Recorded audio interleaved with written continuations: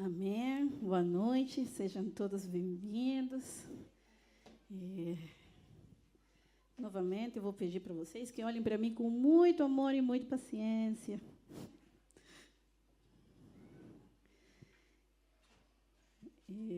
Assim como falou a esposa do pastor, aqui a pastora Jéssica, o nosso pastor está ministrando a palavra em outra igreja, né? Ele tem sido muitas vezes convidado, e ele tem falado muitas vezes que não. Ele tem rejeitado muitas vezes por sempre estar aqui conosco. E ele falou que já ele não tinha cara para dizer que não de novo, né? Então, mas ele deixou o tema aqui para nós. Eu vou pedir para vocês que abram suas Bíblias em 2 de Coríntios, capítulo 5. Deixem aí abertas suas Bíblias. Dando continuidade ao que o pastor vem pregando para nós, o tema de hoje é vencendo o medo, vivendo pela fé. E eu acho que muitos já têm escutado, né, sobre essa frase, né? Essa frase muito usada pelas pessoas, né? As pessoas usam essa frase para nos animar, para nos dizer que no tema, acredite, tenha fé, está difícil, não desista, tenha fé. Mas uma frase que já está trilhada, né? Porque as pessoas usam tanto, mas vivem tão pouco aquela palavra. E primeiro, antes de entrar no texto, eu gostaria de explicar para vocês de maneira muito simples o que é o medo, né? Então, o medo é uma emoção desagradável que é provocada pela percepção de um perigo real ou suposto. Pode ser o perigo presente, futuro ou incluso um perigo do passado, alguma coisa que você já tenha experimentado. É uma emoção primária que se deriva da aversão, né, da rejeição, rechaço em espanhol, né, natural ao risco, ou a uma ameaça, né, que se manifesta em todos os animais, incluindo o ser humano. A expressão máxima do medo é o terror. E, além disso, o medo está relacionado com a ansiedade. Merina, para quem estive ou acompanha as pregações do nosso pastor, sabe que merina, na palavra grega, significa ansiedade. E, logicamente, esse que o medo cria, a ansiedade, né? A Bíblia diz que a fé, consequentemente, vem pelo ouvir a mensagem. E a mensagem é ouvida mediante a palavra de quem? De Cristo. Isso diz em Romanos 10, 17. Então, vou fazer uma pergunta, lembrando um pouco sobre o que a irmã Invelice falou, que a gente, às vezes, vem aqui, escuta, na verdade, parece que escutar a mesma palavra, né, todos os dias. Mas eu vou te perguntar. Então, para que você vem hoje? O que você veio ouvir hoje? A palavra de Deus, né? Essa é a palavra que precisamos para entrar, para conhecer, para fortalecer a nossa fé. Então, entrando no capítulo 5, na segunda carta aos Coríntios, escrita pelo apóstolo Paulo, o versículo 7 diz: porque vivemos por fé e não pelo que vemos. Quando examinamos o capítulo 5 dessa segunda carta aos Coríntios, encontraremos esse conhecido versículo. E esse versículo é muito pequeno, mas talvez seja um dos mais profundos do Novo Testamento. A fé se encaixa perfeitamente com a futura graça de Deus. Corresponde à liberdade e total suficiência da graça. A fé nos leva a entender a maravilhosa confiança que podemos ter em Deus. E eu falo futura graça porque a gente já sabe que a graça que temos aqui no presente é porque nós estamos aqui pela graça, porque Deus morreu por nós, mesmo que nós merecíamos a morte. Mas aquela graça futura que a gente não conhece, aquela promessa que Deus tem para nós, é aquela que nós temos que lembrar dia por dia para saber, para fortalecer a nossa fé. E 2 de Coríntios 5, 7 é um lembrete disso. E revisando as versões da palavra de Deus, eu gostei de uma versão que aparece em espanhol. Ela é da Bíblia Deus habla hoje, né? Deus fala hoje. Em português não tem. Em português acho que tem linguagem de hoje, mas a explicação é muito diferente. Então, em espanhol diz: agora não podemos verlo, sino que vivimos sostenidos por la fé. Então, a fé é uma coisa que agora nós não podemos perceber, não podemos ver, mas vivemos segurando ela, né? Isso me faz lembrar quando as crianças muito pequenas, elas ainda não sabem do medo. Então, elas olham para lá, mãe está lá, então vai correndo, e elas não olham que tem um caminho. Elas caem, elas podem pisar um brinquedo, né? Mas elas não sabem, mas elas vão porque seu olho está na mãe. E esse que devemos fazer, o nosso objetivo tem que estar lá no céu. A palavra de Deus não muda, mas o coração das pessoas está tão endurecido, está tão cheio de merina, de ansiedade, né? Está tão cheio das coisas desse mundo que precisamos de versões mais simples da palavra de Deus para poder entender a palavra. Porque a palavra de Deus, ela já é difícil, né? Mas com a influência desse mundo, ela se torna difícil não só de entender, sino difícil de viver. Portanto, para explorar e entender as profundezas do versículo 7, vamos nos concentrar nas 3 coisas que aparecem aí. Primeiro, vamos ler o versículo...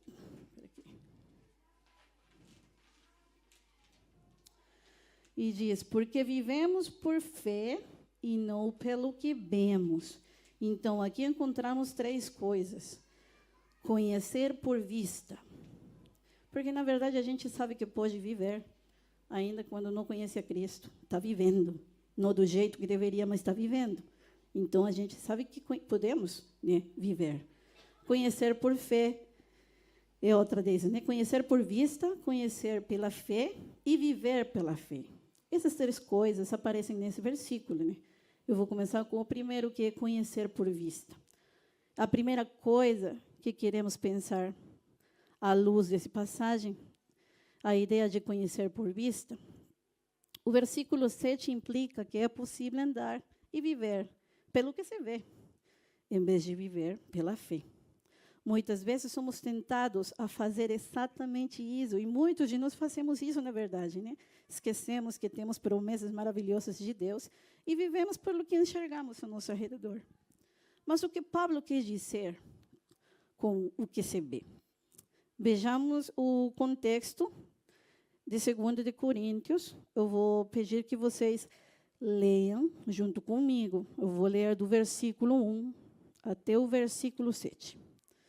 E diz, sabemos que se for destruída a temporária habitação terrena em que vivemos, temos da parte de Deus um edifício, uma casa eterna nos céus, não construída por mãos humanas. Enquanto isso, gememos, desejando ser revestidos da nossa habitação celestial, porque estando vestidos não seremos encontrados nus. Pois enquanto estamos nesta casa, gememos e nos angustiamos, porque não queremos ser despedidos, mas revestidos da nossa habitação celestial, para que aquilo que é mortal seja absorvido pela vida. Foi Deus que nos preparou para esse propósito, dando-nos o Espírito com garantia do que está por vir. Portanto, temos sempre confiança e sabemos que, enquanto estamos no corpo, estamos longe do Senhor, porque vivemos por fé e não pelo que vemos. No versículo 1, Paulo fala sobre a vida neste corpo físico. É isso que ele quer dizer quando ele escreve sobre a vida nesta habitação terrena, né? Mas observe como ele descreve essa vida agora, né? 2 vezes nessa passagem, nos versículos 2 e 4, ele menciona como gememos, não como gemimos. nessa existência terrena. No versículo 4, ele diz que gememos e nos angustiamos. A palavra original, em grego, é bareu, que significa ficar sobrecarregados. Então, gememos e nos sobrecarregamos. No capítulo 4 da segunda carta dos Coríntios, aí volta uma página, e leiam comigo o versículo 8 e 9. Amém? E diz: de todos os lados somos pressionados, mas não desanimados. Ficamos perplexos, mas não desesperados.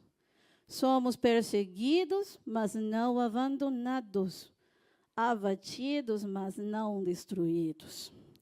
Para quem não sabia, agora já sabe de onde saiu aquela letra da música que a gente canta aqui. Maravilhoso. Amém. Então, aí vemos no versículo 8 e 9, que Paulo fala sobre sermos pressionados, sobre ficarmos perplexos, sobre sermos perseguidos e sobre sermos abatidos. Andar pela vista é andar à luz das nossas experiências corporais neste mundo. E para Paulo e muitos dos cristãos daquela época, essas experiências foram muitas vezes caracterizadas por sofrimento, até mesmo pela possibilidade da morte iminente. Nesses 2 versículos que acabamos de ler, de Coríntios 4, 8 e 9, segunda carta de Coríntios, Paulo descreve as tentações subsequentes, né? Quando vivemos, isto é, quando dirigimos a nossa vida de acordo com as nossas experiências, somos tentados a sentir medo por causa do que vemos, das circunstâncias ou o que sentimos, né? Quando somos pressionados, a Bíblia diz que somos tentados a ficar desanimados. Quando ficamos perplexos, né? Ou seja, quando algo nos pega desprevenidos, quando não estamos esperando, né? Somos tentados a ficar desesperados. Quando somos perseguidos, somos tentados a sentir-nos abandonados por Deus e pelos outros também, né? Especialmente por nossos irmãos e irmãs em Cristo, por nossa família, né? Como se ninguém se importasse ou se preocupasse por nós. Aí começa, né, a depressão, a ansiedade. Quando estamos abatidos, né, quando estamos derrubados, deprimidos, sem energia, somos tentados a sentir-nos destruídos, como se fosse o fim. No versículo 1 ao 5 de 2 de Coríntios, capítulo 5, diz que se for destruída a temporária habitação terrena em que vivemos, temos da parte de Deus um edifício, uma casa eterna nos céus, que não é construída por mãos de humanos. Essa casa é eterna e construída por Deus. Ou seja, a gloriosa esperança da eternidade com Cristo desfaz o peso da perda temporária aqui na terra. É por isso que o apóstolo Paulo, em 2 de Coríntios, não precisa abrir, capítulo 4, 17, diz que as nossas aflições leves e passageiras estão produzindo para nós uma glória incomparável de valor eterno. Que existência triste quando vemos apenas a luz dos sofrimentos desta vida. Mas é por isso que Paulo nos lembra de outra maneira de experimentar a vida. E essa é pela fé. O segundo ponto, conhecendo pela fé. Como seres humanos, conhecemos esta vida pelo que vemos, ou percebemos com os nossos sentidos de alguma forma. Esse é o nosso padrão. Vivemos em um mundo caído e corrompido pelo diabo. Constantemente somos expostos a situações dolorosas e muito difíceis. Ficamos facilmente angustiados, né, quando falta o dinheiro. E não vou entrar muito em detalhe, porque senão eu tinha que fazer outra pregação sobre isso, né? E ficamos muito preocupados, angustiados quando eu falo do dinheiro e as contas vão se acumulando na mesa. Ou quando repentinamente recebemos uma notícia ruim. Ficamos facilmente entristecidos quando nos sentimos rejeitados por aqueles a quem amamos ou por aqueles a quem esperamos amor e não recebemos. Ficamos facilmente desanimados quando o que fazemos com tanto esforço parece não dar resultado. Ficamos facilmente decepcionados quando as coisas não acontecem como esperávamos ou quando Deus parece não ter ouvido a nossa oração. Ficamos facilmente enfraquecidos quando olhamos para o tamanho das nossas dificuldades e nos sentimos pequenos demais, frágeis demais, insignificantes demais. No versículo 7 do capítulo 5, Paulo lembra aos cristãos como nós, que como discípulos de Jesus, vivemos por fé e não por vista. Paulo não está inventando essa frase. O próprio Deus de Israel diz por meio do profeta Abacuque, em capítulo 2, versículo 4, que o justo viverá pela fé. E essa ideia vai se repetir várias vezes no Novo Testamento. Está em Romanos 1,17. O justo viverá pela fé. Gálatas 3,11. O justo viverá pela fé. Hebreus 10,38. O justo viverá pela fé. E aí eu vou encaixar o que a nossa irmã Evelice diz, que às vezes vimos aqui na igreja e escutamos a mesma frase uma e outra vez. Eu tenho certeza que cada domingo Deus tem preparado uma mensagem diferente para nós. Pode ser que a palavra seja a mesma, porque talvez nós não conseguimos entendê-la. Mas reflita nas pregações do nosso pastor. É pela fé que podemos conhecer aquilo que nossos olhos não podem ver. Nem as nossas mãos podem tocar. Os nossos ouvidos podem ouvir. Veja os versículos 1 ao 5 que acabamos de ler.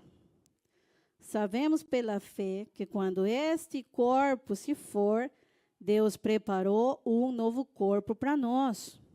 E este novo corpo é muito melhor do que o antigo, ou seja, do que agora temos. Pois não é escrito como uma habitação temporária, como a que temos agora, né? Mas sim como um edifício, uma casa permanente, aquela que é eterna nos céus. E o versículo 2 diz que essa é a nossa morada celestial. Podemos saber pela fé que Deus nos deu o Espírito como garantia do que está por vir, no versículo 5. Deus enviou o Espírito Santo aos nossos corações como um depósito de garantia para nos mostrar que Ele é totalmente sério e totalmente comprometido com a nossa redenção e transformação completas, até o dia que Ele voltar para nós. Amém. E preparando tudo isso aqui, né? Não sei se vocês têm percebido, eu sim, a maioria das promessas, tem condenações também que estão no mesmo, mas a maioria das promessas está no plural, não está no individual. Deus não disse para você, para ti, para mim, não. Ele disse para nós, para vocês, e tudo. Tá. Eu lembrei das crianças, né?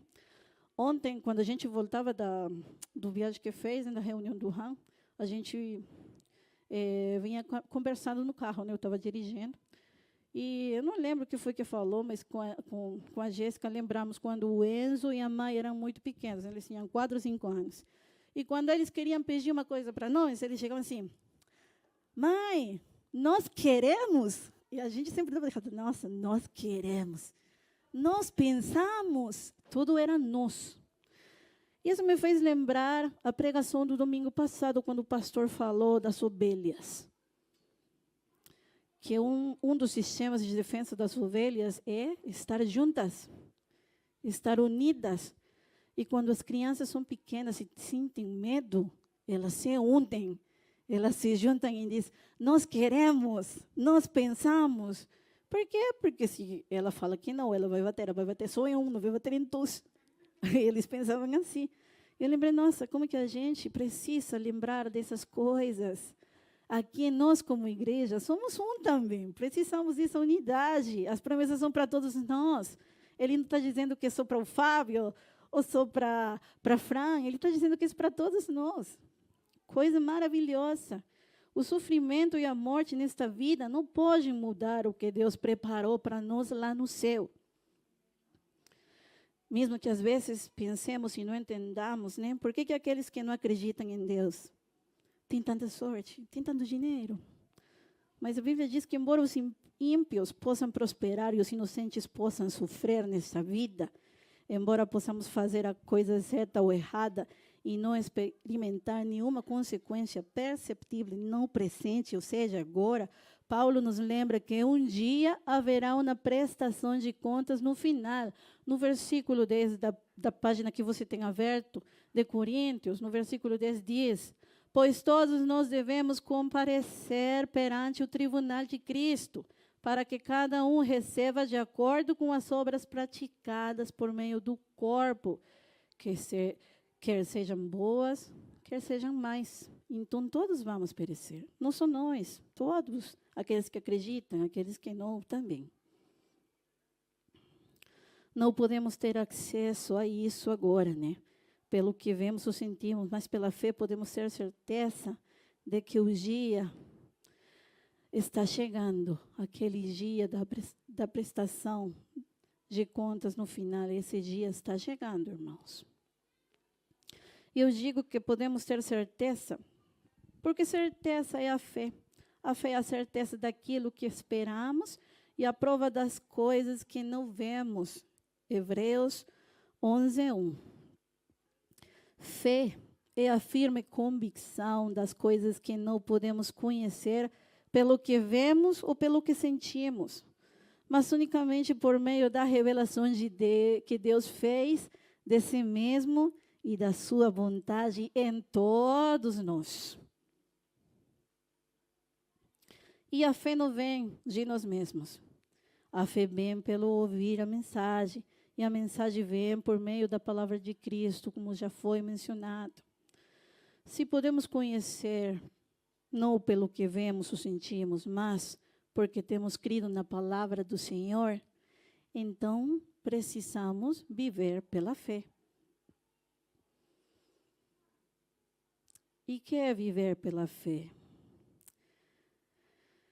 Se Deus nos permite conhecê-lo, relacionar-nos com Ele e conhecermos a sua vontade, não por meio do que vemos ou sentimos, mas por meio daquilo que Ele mesmo revelou de si, então isso precisa ter consequências práticas em nossas vidas. Em outras palavras, se conhecemos pela fé, devemos também conseguir viver pela fé.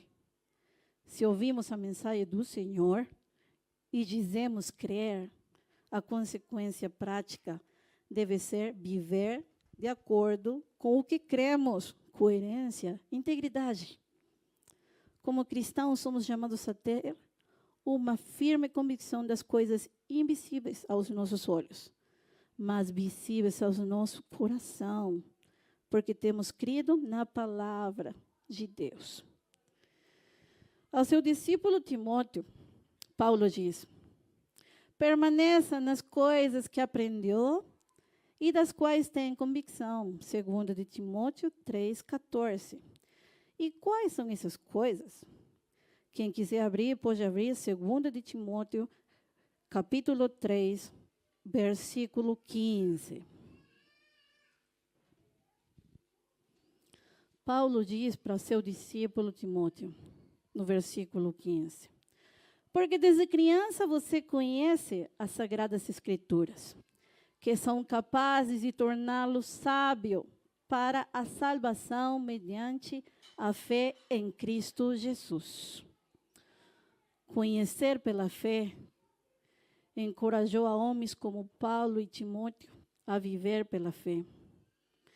Pela fé eles encontraram coragem para rejeitar as propostas, as soluções e as seduções deste mundo. Pela fé, eles encontraram coragem para suportar o sofrimento. Pela fé, eles encontraram o coragem para viver uma vida que agradava ao nosso Deus. Então, vou dizer novamente, conhecer pela fé deve levar a viver pela fé. Se não ouvimos a palavra, a igreja falhou em chegar aos perdidos. Se não conseguimos falar para os outros, como igreja, falhamos. Mas se ouvirmos a palavra e não cremos, o que acontece? Seremos condenados. Como diz Jesus em Marcos 16:16, quem crer e for batizado será salvo, mas quem não crer será condenado. Se ouvirmos a palavra e cremos, mas não a praticamos, a Bíblia que diz que a nossa fé está morta. Tiago 2:17.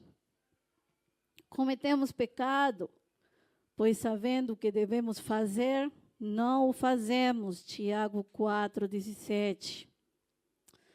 Mas se ouvirmos a palavra e cremos nela, e então a colocarmos em prática, viveremos pela fé e agradaremos ao nosso Senhor. Deus sabe que não podemos fazer isso por nossas próprias forças. E por isso depositou em nós o seu Espírito Santo, para dar-nos poder, como diz em Atos 1:8. Recebereis poder quando o Espírito Santo descer sobre vocês. E já para entrar na parte final, eu quero dizer para vocês que finalmente você pode perceber que todas essas pessoas nesse mundo, inclusive nós mesmos, somos influenciadas por coisas que não virão. Esperamos por coisas futuras, as que chamamos sonhos. Muitos aspiram à felicidade que ainda não viram, nem provaram, nem sabem, nem têm ideia como que é. Muitos lutam por honra e riqueza, que também nunca viram, e que nem estão no futuro. Pelo menos no nosso futuro não vamos ter riqueza de dinheiro, não, porque não vamos precisar, vamos estar com Ele. As pessoas desse mundo vivem e agem influenciados por sua fé, por sua esperança em coisas como as riquezas, a saúde, seus filhos, seu trabalho, seus planos, seus projetos, suas redes de contato influentes, sua inteligência, etc., etc. Negam a si mesmos, trabalham de forma muito sacrificial e atravessam oceanos e desertos para alcançar coisas que não viram e que não têm. Não conhecem a Deus e não sustentam sua vida sobre as promessas dele. Por isso, em um momento podem ser cortados e todos os seus planos podem ser destruídos, frustrados.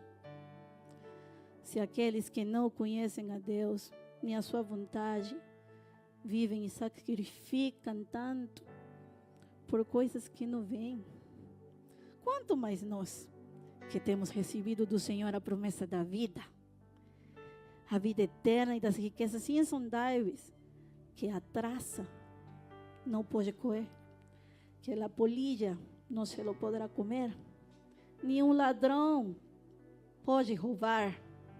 Quanto mais nós que temos a promessa da vida eterna, devemos confiar em nosso Senhor e deixar de viver apenas pelo que vemos, pelas circunstâncias, e viver pelo que realmente cremos.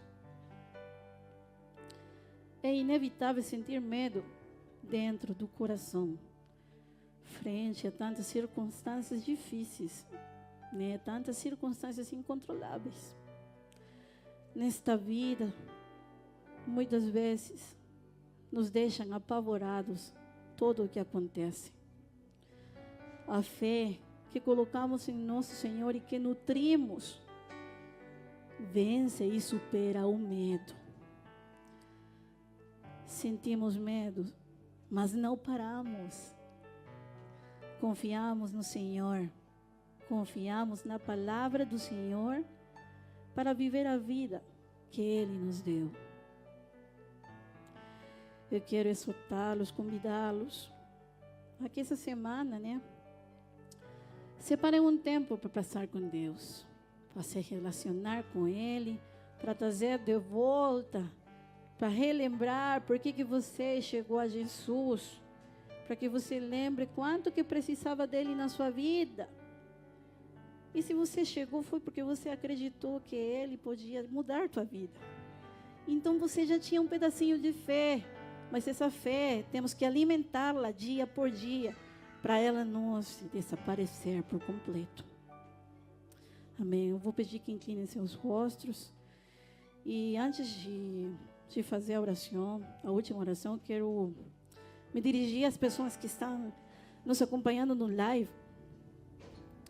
Eu não posso saber, não tenho como fazer quem que está assistindo nesse momento, só depois. Mas eu queria dizer para você que está aí acompanhando-nos, eu não sei qual que é o motivo por qual você não está aqui conosco. Eu não sei se você não tem perto uma igreja, eu não sei qual for teu problema, mas Deus sabe. Mas eu vou dar humildemente um conselho. Procura uma igreja. A Bíblia diz que nós precisamos ter comunhão com os nossos irmãos. Precisamos estar juntos como as ovelhinhas, que fala o versículo 20 de Salmos 23. Uma das nossas defesas é estar sempre juntas. Ter um bom pastor que dá vida por nós. Precisamos de bons relacionamentos.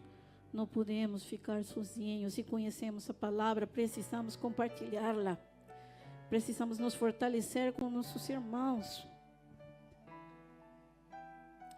Então, eu te convido, você que está aí no live assistindo, procura uma igreja.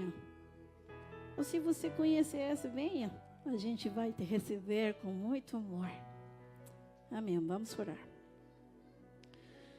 Senhor, quero agradecer-te por esta noite, por este culto, por essa palavra que tu colocaste nas minhas mãos. Senhor, ajuda a que possamos, Senhor, entender essa palavra. Que possamos não só falá-la, senão vivê-la, Senhor. Que acreditemos mais nas suas promessas e menos nas coisas que vemos nesse mundo. Faz-nos relembrar como é que chegamos a Ti, de onde que o Senhor nos tirou e aonde que nós estamos hoje. Fortalece, Senhor, os nossos relacionamentos com os nossos irmãos. Faz-nos entender que somos um corpo, o corpo de Cristo. Precisamos estar unidos. Precisamos que cada órgão faça a sua parte. Dá-nos, Senhor, uma semana abençoada. Mesmo que tenhamos lutas, ajuda-nos a sentir-nos abençoados, porque Tu estás conosco. Não importa o tamanho da luta que apareça. Pensem, irmãos, que talvez precisamos dessa luta para nos fortalecermos, para fortalecer a nossa fé. Eu quero convidar vocês a essa semana, separar um tempo, conversa com Deus, fala com Ele, relaciona-te com Ele. Certamente Ele falará a teu coração, Ele vai fortalecer tua fé. Se você tem problema, procure a pessoa certa, converse, abra seu coração. Nós, como irmãos, estamos para animar-nos, para chorar juntos e para alegrar-nos juntos também. Agradeço pela vida de cada um que está aqui, que essa mensagem possa mudar um pouquinho a forma de que você enxerga as coisas. Em nome de Jesus. Amém.